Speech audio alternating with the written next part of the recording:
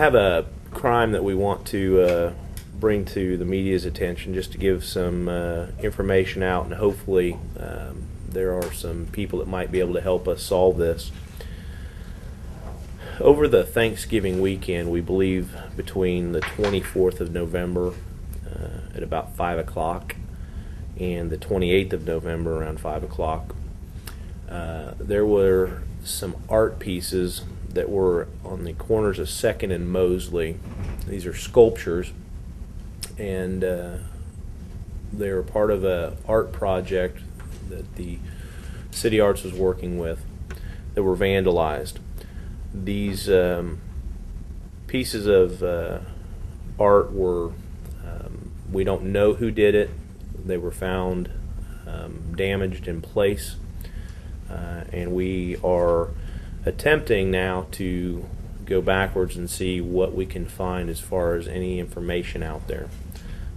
The damage was significant. In fact, I think both were destroyed. And I've got John D'Angelo is here with me. He can answer specifics about the sculpture and the program.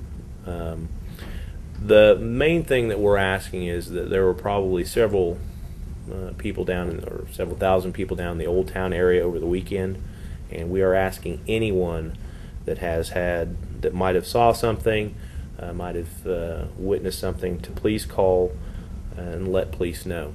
There's a couple ways that we'd like you to do this. First of all, Crime Stoppers is aware of the crime. We've assigned it to a detective, and they are aware of this.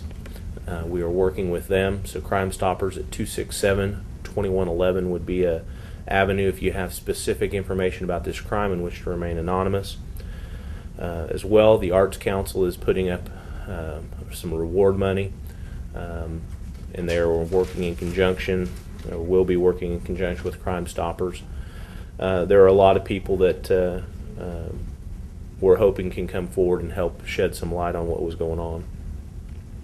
At this time, any questions you have for myself or about the project, I'll turn it over to John D'Angelo.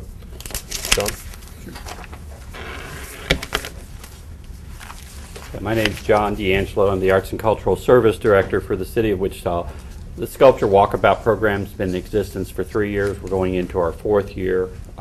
The purpose of the program is to put sculpture in the public areas or in and around Old Town, as well as in front of the arena. We have sculpture bases that rotate on an annual basis.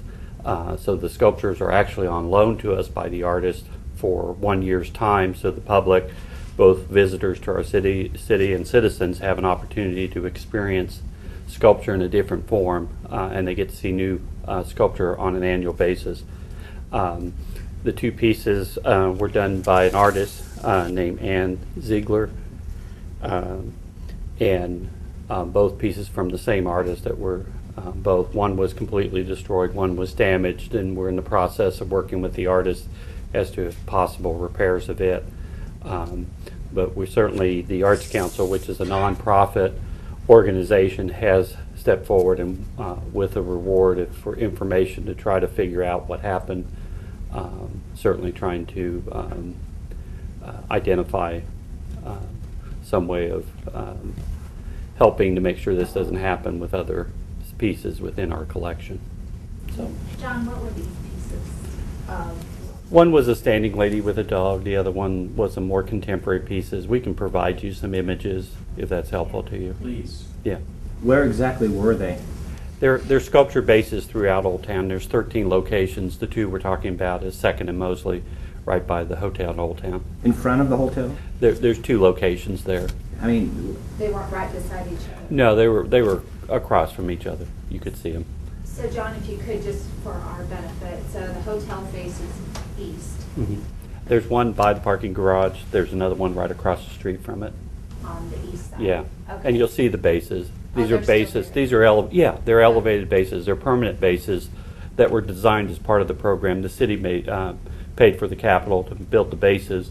The Arts Council manages the program, and the artists actually provide the art on loan to us for a year. What were they made of? They're a composite stone fiber I think she describes them. One was limestone. The other was a fiber reinforced terracotta composition. The one that was completely destroyed was 5 foot tall. It was a sculpture of a dog and a woman. The one that was damaged, which we're hopeful can be repaired, was the limestone piece. It was about 24 inches tall. How much are they worth, did you say? Their estimated value of the two pieces is about $7,500. And I don't know if this is more for Doug or not, but the time span, November 24th and 28th, why is it such, did someone not notice the damage? Or- Well, and you probably speak to ours, but that was over the holiday weekend, and so it might not have been noticed by people that something was there, as opposed to the Arts Council or the City Arts that would know they were there and know if something was wrong with it. So. We had staff.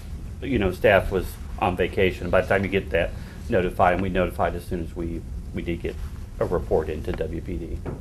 Who reported it? Malia Mitchell, who works for us at City Arts. So she's the one who noticed them? Or? Actually, it was other people that noticed them that brought it to our attention, and we go out and find it because we don't travel all 13 locations every day ourselves at City Arts. We don't have that kind of staffing. But it was was brought to our attention, and we followed up, which is what we do with all public sculpture. Does the city have to pay the sculptor for the destroyed piece of art? The program is managed through the Arts Council, and the artists agree to accept responsibility for any damage or loss. So the artist is actually out. And John, for you and your staff, when you realized and heard what happened, what was your reaction that someone would do this? Well, it's disappointing. I mean, part of the opportunity to put public sculpture out there is to allow the public to engage in art in a different form. So you're not going into a museum or a gallery. The idea that it's the type of thing that kind of identifies us as a unique city. It's also something that has been well received by tourists of our city. That actually, they like the pieces of sculpture. And unfortunately, in this particular case, this piece was sold. There was a buyer that came from out of town that purchased it. Unfortunately for the artist, she's lost that sale as well. So How long have these pieces been up? these are just for a year. We put them up in May, and we take them down. They run a cycle of 1 year. They go up about May of each year, and then we take them down the next year with new pieces. And how much force would it have taken to do this damage to these pieces? Were they shattered? What did it look The like? one piece that looked like it was shattered, yes. I mean, I'm not the expert on how much force it takes to push over a terracotta 5-foot piece. I mean, it's difficult for me to give you that estimate. These are difficult pieces to, it took some effort to vandalize them. John, will you reevaluate next May when you place these sculptures out there? Are you going to put them back where these were? Are you going to look at maybe another location? Or We will certainly always reevaluate the program for a lot of reasons, not just this reason. We will, and certainly we always have done this, but we'll work a little more diligently with WPD to try to make sure that, the public is aware of it, and that's why we're asking for your help with that. So the public knows, because when the public is aware of it, what we've found with all public sculpture, they're the eyes and ears that we need out there. We can't be out there every day.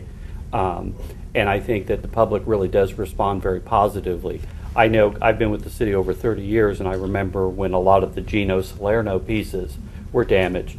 One of the best things for us was the public itself, because they would call it in and they would help us take care of people who seem to think that's, for some reason, something they should be doing. So how long has this program been in place, and how often has this happened in the past? 3 years the program's been in place. We've had some other minor damage, but nothing that's significant. Probably 3 other times that I remember.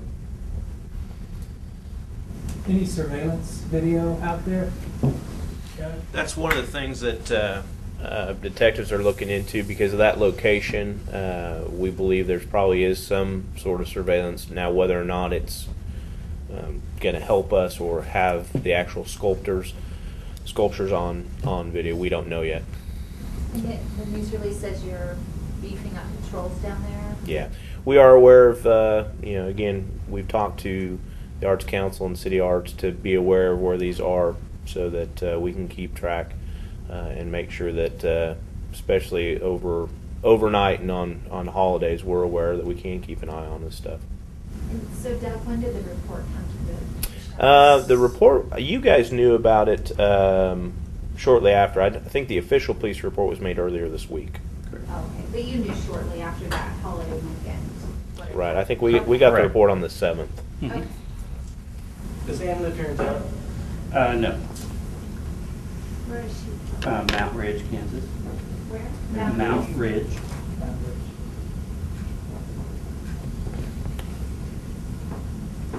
Does she have other sculptures on the display or around? These were the only two that were on the display. For her? For this particular program, these were the only two that she had out there for this year. Again, Crime Stoppers will be a great opportunity for someone that knows something about it that wants to remain anonymous to call in 267-2111.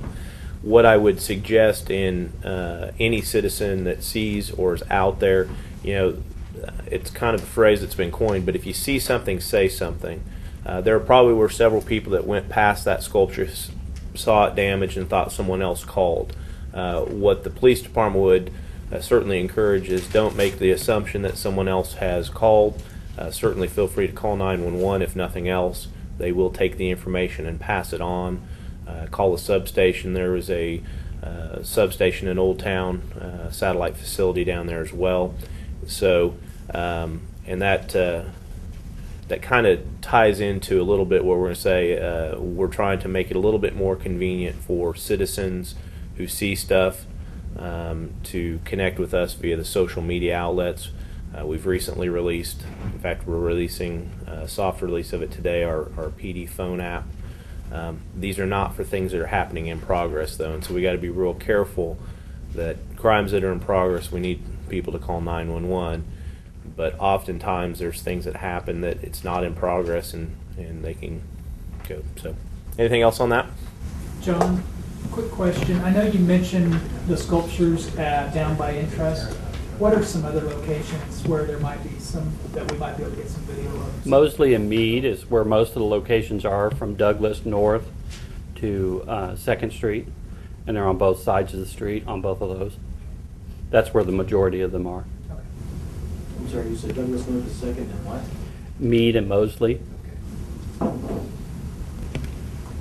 Has the damage all been cleaned up? So if we wanted to get photos or video of the damage, is that already gone? Yeah, it's been cleaned up. Are those photos of the damage? Mhm. Can you email those to us? Yeah, we'll get those to you.